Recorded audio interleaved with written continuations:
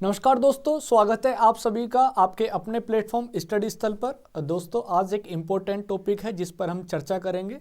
और चर्चा करने से पहले मैं आपको बता दूं कि इस टॉपिक पर हमने पहले भी चर्चा की है। यानी चर्चा जब की थी जब चुनावी बॉन्ड को लेकर सुप्रीम कोर्ट ने एसबीआई को फटकार लगाई थी कि आप अपना डेटा किसको, चुनाव आयोग को सौंप दें। वहां तक के डेटा की जो भी हमारी इनपुट थी वो सब मैंने पहले वाली वीडियो में सारी चीज़ें क्लियर करी हैं, लेकिन उससे आगे का मामला हम इस सेशन में कंप्लीट करेंगे।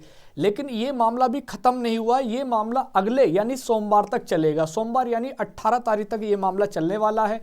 लेकिन बड़ा ही दिलचस्प मामला है।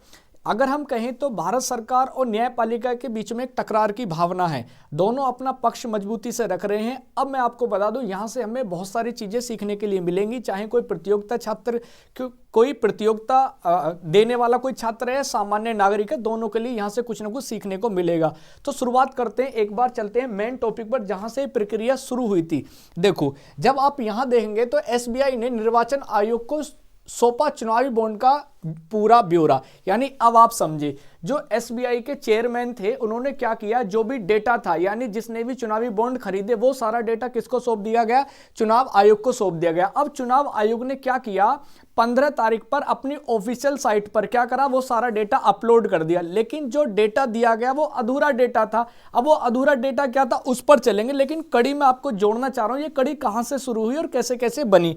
देखो, सुप्रीम कोर्ट की सख्ती का असर, आयोग 15 तक वेबसाइट पर डालेगा अपनी जानकारी। यानी यहां तक ये बात सही है। मैंने चुनावी बॉन्ड की जो प्रक्रिया थी वो मैंने आपको बता दी थी। कब शुरू हुई थी, तो ये 2 जनवरी 2018 को शुरू हुई थी, जबकि इसकी जो घोषणा की गई थी वो 2017-18 का जो केंद्रीय बजट था उसमें की गई थी। अब यहां तक का मामला था। उसके बाद कहां पहुंचे, 5 साल में। अब एसबीआई ने एक स्टेटमेंट दिया, यानी चुनाव आयोग को अपना डेटा देने से पहले क्या स्टेटमेंट था, यानी उन्होंने कहा है कि 22,217 चुनावी बॉन्ड में से लगभग 22,030 बॉन्ड भुनाए गए। अब मेरी बात समझिए, यानी जो टोटल बॉन्ड खरीदे गए उनकी संख्या कितनी थी, 22,217। उनमें से कितने भुनाए गए, यानी 22,030 उनमें से भुना लिए गए। बात अच्छी है। यानी अगर मैं रिमेनिंग की बात करूं तो बहुत थोड़े से बचे। अच्छा, यहां तक की बात होती है समाप्त। अब आगे चलते हैं। जब यहां आगे चलेंगे तो अब क्या हुआ, यानी अगर मैं बात करूं 15 तारीख में जो डेटा दिया गया है चुनाव आयोग को वो अधूरा डेटा है। अब उसमें क्या है, चुनावी बॉन्ड की अधूरी जानकारी पर एसबीआई यानी सीबीआई, मतलब आप एसबीआई मतलब स्टेट बैंक को सुप्रीम फटकार। और मैं बता दूं, ये जो हमारा स्रोत रही अमर उजाला का स्रोत है, क्योंकि मैं ऐसे वर्डों का प्रयोग कर रहा हूं तो ऐसा ना लगे कि ये जानबूझकर अपने पास से ये वर्ड प्रयोग किए जा रहे हैं।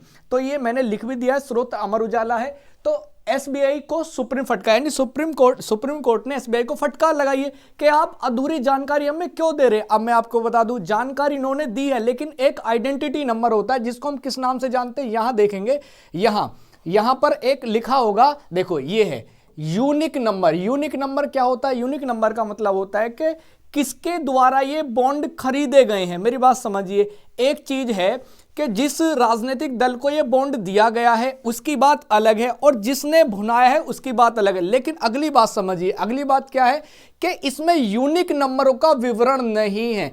तो सुप्रीम कोर्ट ने किया जिससे हम आइडेंट कर सके, उनको डिटेक्ट कर सके कि किन लोगों ने ये चुनावी बॉन्ड खरीदे हैं और किस राजनीतिक पार्टी को दिए गए हैं। बात सही है। अब आप यहां देखें, अब यहां किस किसने कितना कितना यानी चुनावी चंदा लिया है, इस पर चर्चा करेंगे। पहले एक चीज बता दूं, ये कहां से कहां तक है। तो ये जो डेटा जो जारी किया गया वो कहां से कहां तक, पहले आप ये देखें, 12 अप्रैल 2019 से लेकर 2 नवंबर 2023 तक के बीच का डेटा है। एक चीज ये। अब दूसरी बात, अब ये चुनावी बॉन्ड से क्षेत्रीय पार्टी ने जुटाए 5221 करोड़ रुपए, यानी जो ये क्षेत्रीय पार्टी की बात है। अब थोड़ा सा मैं आपको आगे लेके चलता हूं, यहां आप देखेंगे यहां, लेकिन इससे पहले यहां एक इंपॉर्टेंट जानकारी है जो आपको बतानी बहुत ज्यादा जरूरी है। इस चंदे में सबसे ज्यादा जो पहले स्थान पर पहुंचे हैं वो कौन पहुंचे, यानी बीजेपी। और बीजेपी कितना पहुंच गई है, 47.5% टोटल का, यानी अगर मैं कुल रकम की बात करूं तो उसका 47.5% अकेले बीजेपी ने लिया है। यानी इसका मतलब बीजेपी सभी कार्यों में आगे है, तो चंदा लेने में भी आगे। और इसमें एक बड़ी खूबी आपको मैं बताऊंगा, अगर मैं टोटल रकम की बात करूं तो 6060 करोड़ रुपए किसके खाते में आए हैं?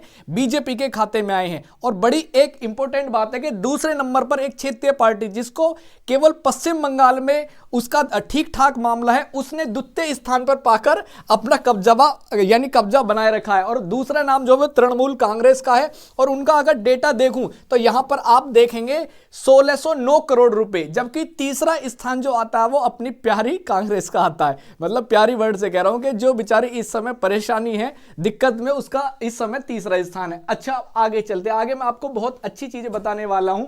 यहां पर आप देखेंगे, जो मैं आपको बहुत एक अच्छी चीज बताने वाला हूं, यहां आप इस पर फोकस करिएगा।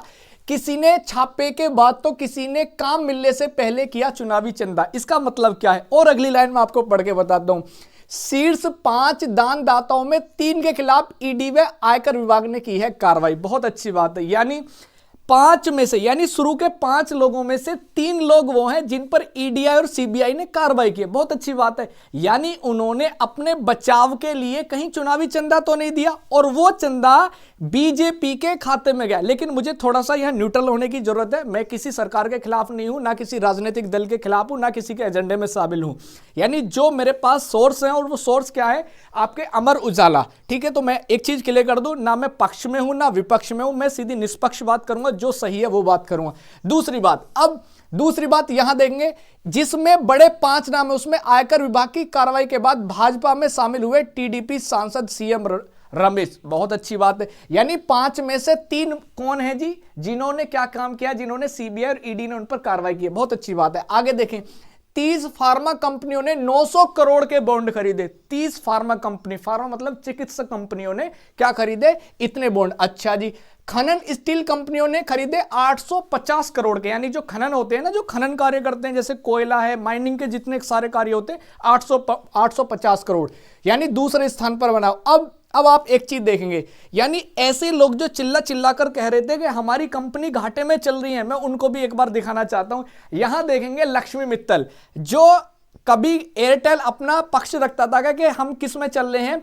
घाटे में चल रहे हैं, हमारी कंपनी घाटे में चल रही है। वे हमारे भाई साहब लक्ष्मी मित्तल जी 35 करोड़ रुपए का क्या देते हैं? चंदा देते हैं। मेरी बात समझ पा रहे हैं आप? यानी ये सारा मामला आखिर है क्या? भाई सुप्रीम कोर्ट इसलिए तो सकता है कि आखिर हो क्या रहा है कि जी ये सारा मामला। अब आप देखेंगे 25 करोड़ रुपए का व्यक्तिगत रूप से के राजा जेटी, राहुल भाटिया 20 करोड़, इंदर ठाकुरदास 14 करोड़, राजेश अग्रवाल 13 करोड़, राजू शर्मा, ऐसे अनगिनत नाम है। लेकिन आपको यहां देखने की एक चीज जरूरत है कि शीर्ष 5 दानदाताओं में 3 के खिलाफ ईडी व आयकर विभाग ने की कार्रवाई। अच्छा, यहां मामला खत्म नहीं होता। अब आते हैं इधर, यहां अपना प्यारा यूपी है। एक बार यूपी पर भी नजर मार लेते, क्योंकि अगर यूपी को नहीं पढ़ा तो किसी को नहीं पढ़ा। यहां आप देखेंगे एसबीआई ने इलेक्ट्रोल बॉन्ड खरीदने वालों में बड़े और छोटे सभी शामिल है। यानी यूपी के भी जो हमारे कारोबारी है ना, कम नहीं है, 250 करोड़ रुपए का चंदा दिया, अपना स्थान बरकरार रखा है। कैसे? सबसे ऊपर है जी यशोदा हॉस्पिटल, यानी ये गाजियाबाद में बड़ा ही मल्टी स्पेशल हॉस्पिटल है, यशोदा हॉस्पिटल। उन्होंने भाई साहब ने 149 करोड़ रुपए का चंदा दिया है। ठीक है, किसको दिया है ये अभी बाद में देखेंगे। Western UP power transmission 50 crore के साथ दूसरा स्थान है।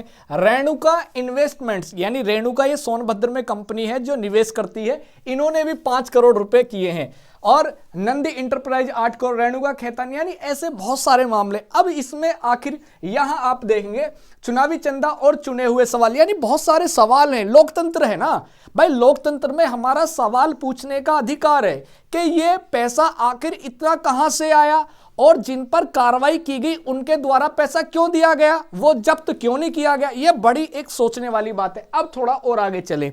अब एक चीज और क्या है, आखिर ये साफ कैसे होगा? ये अमर उजाला में नारायण कृष्ण मूर्ति बड़े ही अच्छे पत्रकार हैं, इनके द्वारा बहुत ही अच्छी बात लिखी गई है, और मैं इसको पूरे को एक्सप्लेन नहीं कर सकता, आप इसको जाकर देख सकते हो। अगर आप देखेंगे तो मैं इनको टेलीग्राम पे पोस्ट करवा दूंगा। लेकिन आपको यहां से समझना क्या है, यानी सरकार अगर कोई कार्य करती है, बहुत अच्छी बात है, सरकार स्वतंत्र है, लेकिन सारे काम ऐसे ना किए जाएं लोकतंत्र में जो केवल अपने फेवर के हों।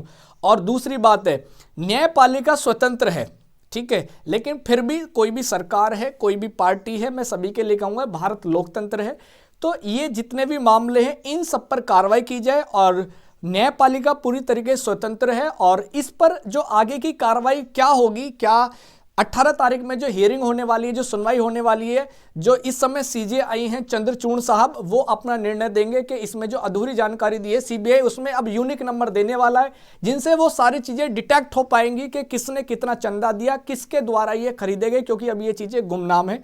ठीक है, तो इस पर भी हमारी एक बार चर्चा रहेगी छोटी सी। ठीक है, तो इस पर एक बार फिर मुलाकात करेंगे। ये छोटी सी जानकारी आप तक पहुंचानी थी, और हमारा ये जो भी महत्वपूर्ण चर्चाओं में रहती हैं खबरें, उन पर अपना पक्ष रखना है। हालांकि आप सभी लोग समझदार हैं कि क्या क्या चल रहा है, लेकिन फिर भी हमें अपनी तरफ से ये चीज़ आप तक पहुंचानी है, कलेक्ट करके सारी चीज़ों को कंबाइन करके कड़ी बाई कड़ी कहाँ से कैसे चल रही हैं।